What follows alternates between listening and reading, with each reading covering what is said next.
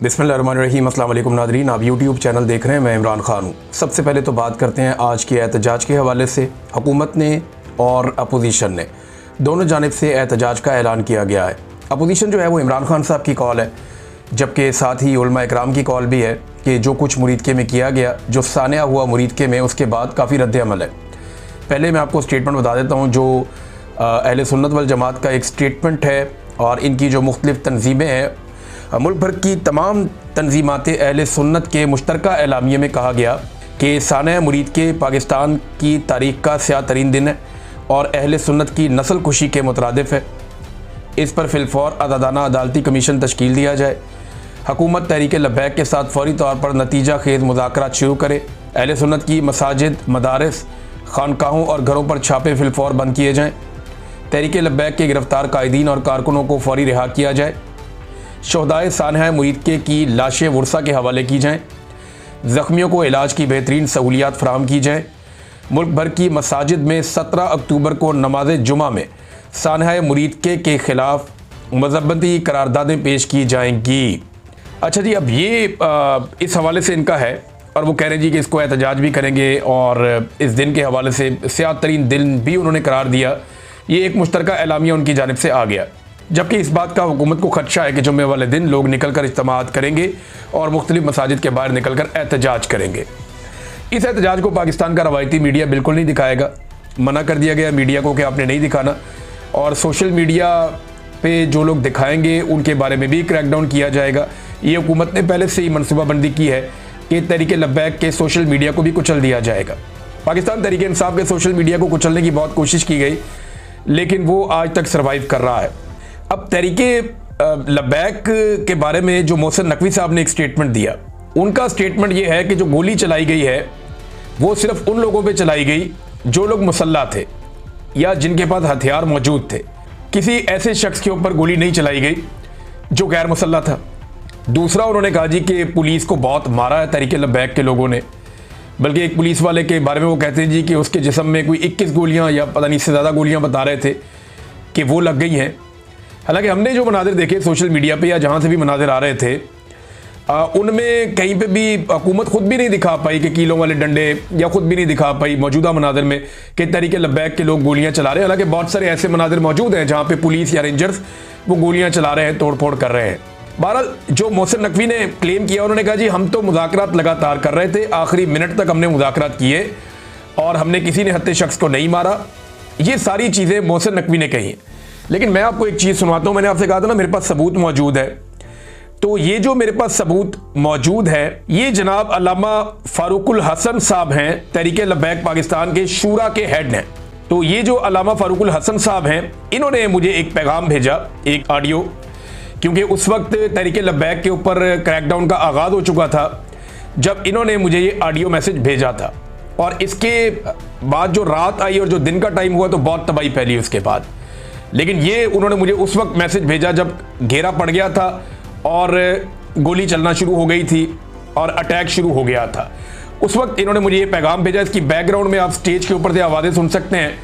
तो ये कह रहे थे सिग्नल बहुत कम आ रहे हैं। मैंने कहा जी आप मुझे फिर ऑडियो मैसेज कर दें। तो इन्होंने ऑडियो पैगाम के ज़रिए से मुझे बताया कि उस वक्त वहाँ क्या चल रहा था और मुज़ाकरात के बारे में जो मोहसिन नकवी साहब का दावा है उस बारे में ये उस वक्त क्या कह रहे थे जिस वक्त वो धरना अपने आखिरी मराहिल में था और जब वो मुरीदके में रुका हुआ था, जिस जगह पे बाद में कत्लेआम हुआ, जहाँ पे वो पूरा सानिया हुआ। अब ये पैगाम सुनवाने का वक्त आ गया। इसका एक हिस्सा मैं आपको सुनाता हूँ। अभी कुछ चीज़ें और हैं मेरे पास, वो मैं आपको बाद में बताऊँगा।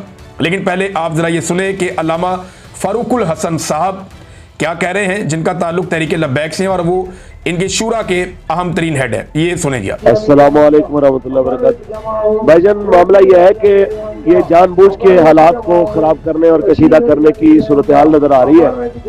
कल हम यहाँ से जा रहे थे तो रात को हमारे मुज़ाकराती कमेटी के सरबराह डॉक्टर शफीक अमीनी साहब से हुकूमती एक जिम्मेदार की बात हुई। उन्होंने कहा जी आप कारवां को रोक दें मुरीदके में, तो हम आपसे बातचीत करते हैं। तो कारवां यहाँ पे रुक गया। तो उसके बावजूद यहाँ पे यानी आज पूरा दिन गुजर गया इसी इंतजार में। उनकी तरफ से दोबारा कोई राब्ता नहीं हुआ मुज़ाकरात के लिए, और उल्टा ये हुआ कि जहाँ पे तहरीक के साथ वाबस्ता लोग मसाजिद के या मदारस के सरबराह थे उनके घर गिराए जा रहे हैं, उनकी मसाजिद को, मदारिस को सील किया जा रहा है और यहाँ पे भी फोर्सेस जमा की जा रही है। रेंजर की एक बड़ी तादाद और पुलिस की जो है वो इसके कुर्ब जवार में। मैं ये समझता हूँ कि यह जानबूझ के इश्तिआल दिलाने वाली हरकतें हैं और हमारी तरफ से अगर ये कहा जा रहा है कि ये कोई सख्त मौक़िफ़ के साथ है तो बात सिर्फ इतनी सी है कि हम मुज़ाकरात के लिए हमने कहा है कि भी आप टेबल पे कुछ संजीदा बंदे बिठाए या हमसे बात समझ लें या हमें बात समझा दें तो ये मामला 1 घंटे में हल हो सकता है। तो इसकी बजाय कि कोई संजीदा कमेटी देने की बजाय या कोई भी नाम देने की बजाय फोर्सेस को लगा देना और मुहासरा करना और अफरा तफरी फैलाना और जिन इलाकों में गिरफ्तारियां पहले नहीं थी अब पूरे पाकिस्तान में वहां पे भी क्रैकडाउन शुरू हो जाना, ये सिर्फ अफरा तफरी फैलाने, फस्तायत और जुल्म के और कुछ भी नहीं है। कल से लेकर अब तक दर्जनों बंदे शहीद हो चुके हैं, सैकड़ों जख्मी है और 30 से ज्यादा वो है जो बिल्कुल जिंदगी और मौत की कशमकश में है। हम सिर्फ एक सवाल कर रहे हैं कि भाई ऐलान एहतजाज का हुआ था, एहतजाज शुरू भी नहीं हुआ, आपने गोली क्यों चलाई है और अभी भी गोली क्यों चला रहे हो? कि जिस वक्त हम अभी तक आपको पता है कि अगर हमारे हाथ से या हमारे क्राउड से कोई रद्द-ए-अमल आता जिसके रद्द-ए-अमल में कोई पुलिस वाले या रेंजर वाले की जान चली जाती, इस वक्त सारा मीडिया हमारे ऊपर बात कर रहा होता। लेकिन अब तक किसी एक भी सिक्योरिटी फोर्सेस के जवान का जान बाक ना होना और सिर्फ हमारी लाशों का गिरना ये इस चीज की अलामत है कि हमसे बड़ा पुरअमन कोई नहीं है। लेकिन यहाँ पे सूरत हाल ऐसी है कि दुनिया के सामने ये पता नहीं क्या साबित करना चाह रहे हैं। लेकिन मैं इस मौके पे कहूंगा आप तमाम साथी जितने भी सहाफ़ी हजरात हैं, आप इस मामले में हमारी आवाज को लोगों तक पहुंचाएं। अच्छा जी, ये आप सुन रहे थे अल्लामा फारूकुल हसन साहब को जो शुरा के हेड हैं और इनका इसी नाम से मेरे पास मोबाइल नंबर सेव है। मैं कोई इनसे पहले राब्ते में नहीं था, मुझे इनके लोगों ने रब्ता करवाया था कि लब्बैक के जो पार्टी के मुख्तलिफ लोग हैं, कोई एक जर्नलिस्ट हैं वो भी बीच में थे, मैं उनका नाम नहीं लूँगा because he is in Pakistan, उनके भी मेरे पास मैसेजेस हैं। अब ये जब क्रैकडाउन शुरू हुआ ये उस वक्त की इनकी बात है। अब उसमें ये कहते हैं कि दर्जनों लोग शहीद हो गए, वो कहते हैं 30 के करीब ऐसे ज़ख्मी पड़े हुए हैं जो ज़िंदगी और मौत की कशमकश में है और पीछे इनको स्टेज के ऊपर से लगातार वो आवाज़ें आ रही हैं, लोग अल्लाह रब्बुल इज़्ज़त का नाम ले रहे हैं। अब ये जो माहौल था ये बड़ा टेंस माहौल था जिसमें इन्होंने मुझे ये मैसेज किया और उस वक्त ये कह रहे थे कि हम मुज़ाकरात करना चाहते हैं। मेरे साथ इनकी पहले बात हो रही थी, वो ऑडियो बार बार कट रही थी, बात हो नहीं पा रही थी, तो मैंने इन्हें कहा कि आप मुझे ऑडियो मैसेज भेज दें क्योंकि आपके पास सिग्नल नहीं है।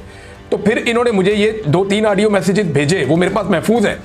अभी और चीज़ें भी हैं, वक्त आएगा मैं आपको बताऊंगा। मैंने आपसे कहा था ना कि मैं आपको तब बताऊंगा जब हुकूमत कोई दावा करेगी। तो मोहसिन नकवी साहब ने दावा किया कि जनाब हमारे तो आखिरी वक्त तक मुज़ाकरात चल रहे थे और हमने बड़ी कोशिश की 2-3 दिन मुज़ाकरात करने की, लेकिन मुज़ाकरात नहीं किए गए।